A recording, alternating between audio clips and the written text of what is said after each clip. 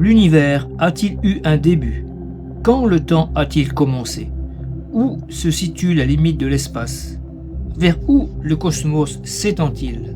Avec la théorie du Big Bang, les scientifiques essaient de satisfaire une logique en définissant un début comme étant le Big Bang. Les religions, en revanche, affirment que la création a eu un début, et précisément avec la parole « que la lumière soit ». La perception des images engendrées par Big Bang et « que la lumière soit » est totalement différente.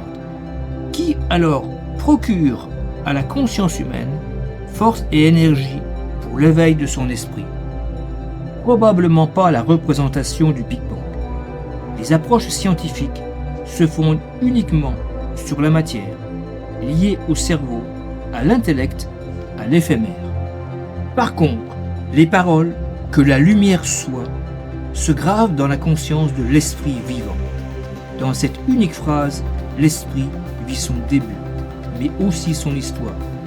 Ces paroles lui insufflent la vie. L'intellect ne remarque absolument rien de tout cela. Pourtant, il participe à cette vie, car lors de chaque nouvelle pérégrination terrestre, l'esprit transfère de nouveau la vibration de ces paroles à l'intellect.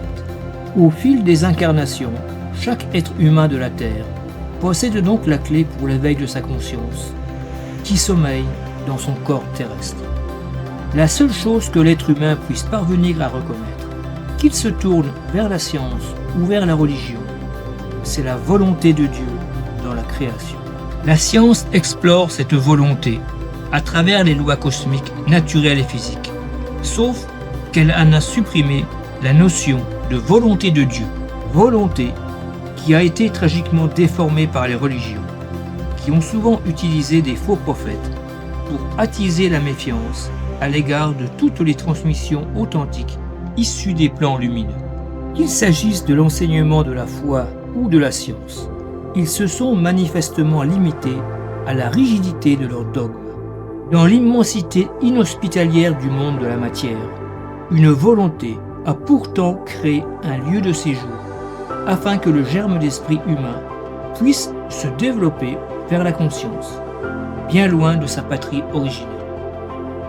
Puisse chacun d'entre nous retrouver le chemin vers sa véritable patrie.